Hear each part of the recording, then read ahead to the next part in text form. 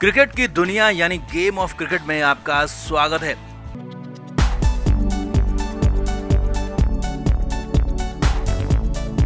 Team India England से वापस आ चुकी है। आखिरी टेस्ट मैच में जो जबरदस्त मुकाबला हुआ उसके बाद न सिर्फ भारतीय टीम बल्कि कोच गौतम गंभीर भी सातवें आसमान पर हैं, क्योंकि टीम के कोच तो गंभीर ही हैं। इसीलिए जो टीम को फायदा हुआ, टीम को जीत मिली, उसका क्रेडिट कहीं ना कहीं गौतम गंभीर को भी मिल रहा है। इसीलिए तो इंग्लैंड से वापस लौटे, मजबूत होकर लौटे गौतम गंभीर अब आग उगलने लगे हैं। अब यहाँ तक कि रोहित शर्मा, विराट कोहली के बाद जसप्रीत बुमराह पर भी सख्त फैसला ले लिया गया है। टीम इंडिया में नया नियम लागू कर दिया गया है और गौतम गंभीर अजीत अगरकर के इस नए नियम से कोहराम मच गया। तो दिखाते हैं, आपको बताते हैं सब कुछ। आप भी इस वीडियो को शेयर करें, कमेंट करके अपनी राय जरूर दें कि ये फैसला कितना सही है कितना गलत, कमेंट जरूर करें।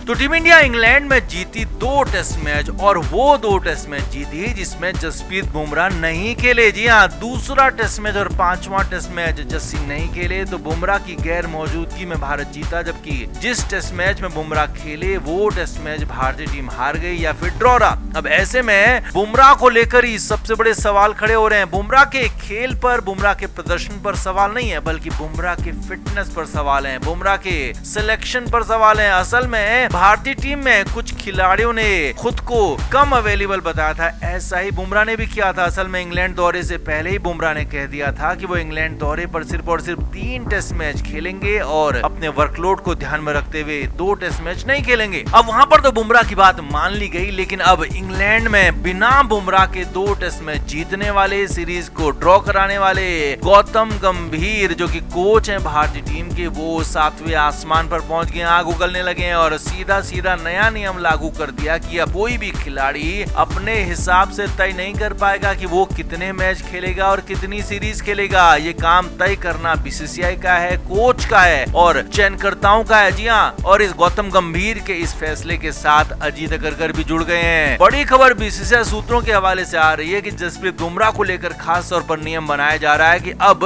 बुमराह ये खुद तय नहीं कर पाएंगे कि वो कब खेलेंगे कब नहीं खेलेंगे। बुमराह को अब बीसीसीआई और टीम इंडिया का मैनेजमेंट बताएगा कि आपको कब खेलना है, कितना खेलना है, और अगर आप नहीं खेलना चाहते हो तो आप पूरी की पूरी सीरीज से अलग हो जाइए। जी हाँ, ये कड़ा फैसला यहाँ पर गौतम गंभीर लेने जा रहे हैं। हालांकि सवाल ये भी खड़े हो रहे हैं कि अगर बुमराह 2 या 3 टेस्ट मैच या कहेंगे किसी भी सीरीज में 2 या 3 मैच खेलते हैं, उससे अगर भारतीय टीम को फायदा होता है तो इसका नुकसान क्या है। लेकिन गौतम गंभीर का मानना है कि एक टीम में 2 नियम नहीं हो सकते। जिस टीम में मोहम्मद सिराज लगातार 5 मुकाबले खेल रहे हैं, लगातार बॉलिंग कर रहे हैं, 190 ओवर से ज्यादा गेंदबाजी उन्होंने की है, तो वो यहाँ पर खेल रहे हैं, लगातार खेल रहे हैं, उनको दिक्कत नहीं है। लेकिन जसप्रीत बुमराह को दिक्कत है, ये साफ गौतम गंभीर ने कहा है। लेकिन सवाल ये भी है कि गौतम गंभीर को ये भी समझना होगा कि बुमराह का जो एक्शन है वो थोड़ा सा नॉन कन्वेंशनल है, क्योंकि यहाँ पर बुमराह का जो एक्शन है वो उनको चोटिल बनाने के लिए ज्यादा संभावनाएं देता है। इसीलिए बुमराह की गेंदबाजी में थोड़ा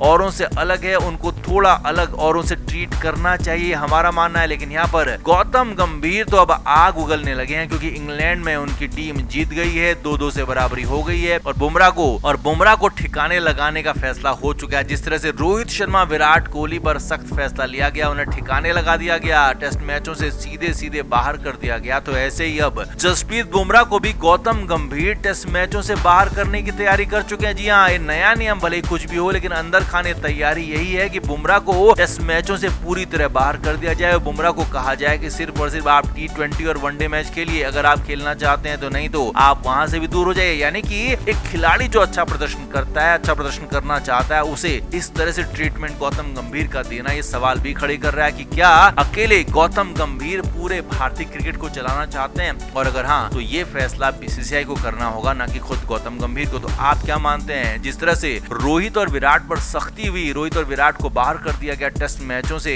बिना किसी प्रायर अल्टीमेटम के, बिना किसी प्रायर नोटिस के, तो ऐसे में बुमराह के साथ क्या गलत हो रहा है या फिर बिल्कुल सही कर रहे हैं गौतम गंभीर? आप क्या मानते हैं? कमेंट जरूर करें, वीडियो को शेयर भी करें।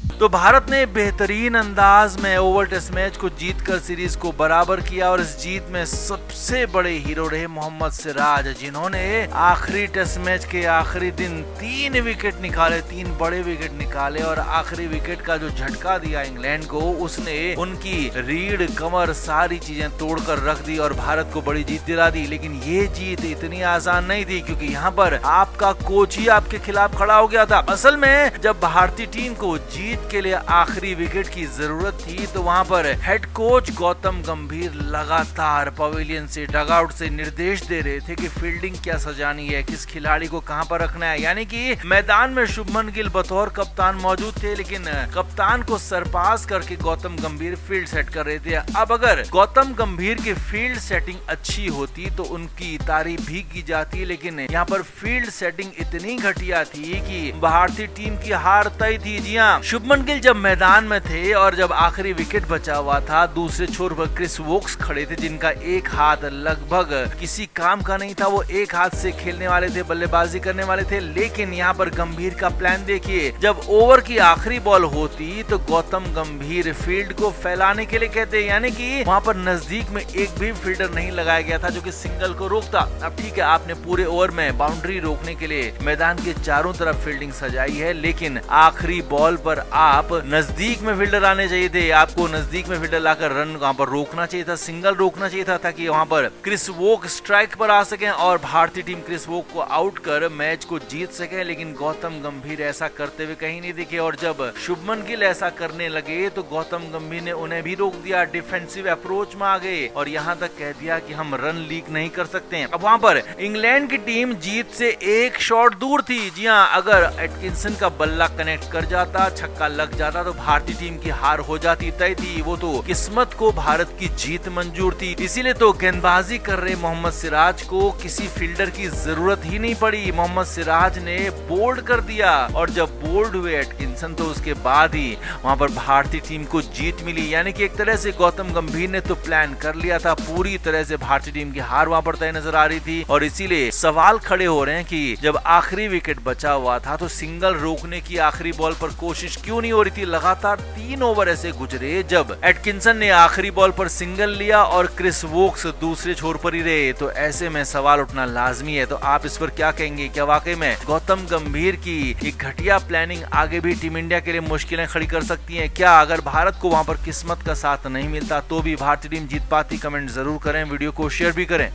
क्रिकेट के हर नए अपडेट के लिए गेम ऑफ क्रिकेट को सब्सक्राइब करें और उसके बाद बेल आइकन को प्रेस करना ना भूलें, ताकि सिर्फ आपको मिले गेम ऑफ क्रिकेट की हर खबर सबसे पहले। क्रिकेट के हर नए अपडेट के लिए गेम ऑफ क्रिकेट को सब्सक्राइब करें और उसके बाद बेल आइकन को प्रेस करना ना भूलें, ताकि सिर्फ आपको मिले गेम ऑफ क्रिकेट की हर खबर सबसे पहले। क्रिकेट के हर नए अपडेट के लिए गेम ऑफ क्रिकेट को सब्सक्राइब करें और उसके बाद बेल आइकन को प्रेस करना ना भूलें, ताकि सिर्फ आपको मिले गेम ऑफ क्रिकेट की हर खबर सबसे पहले।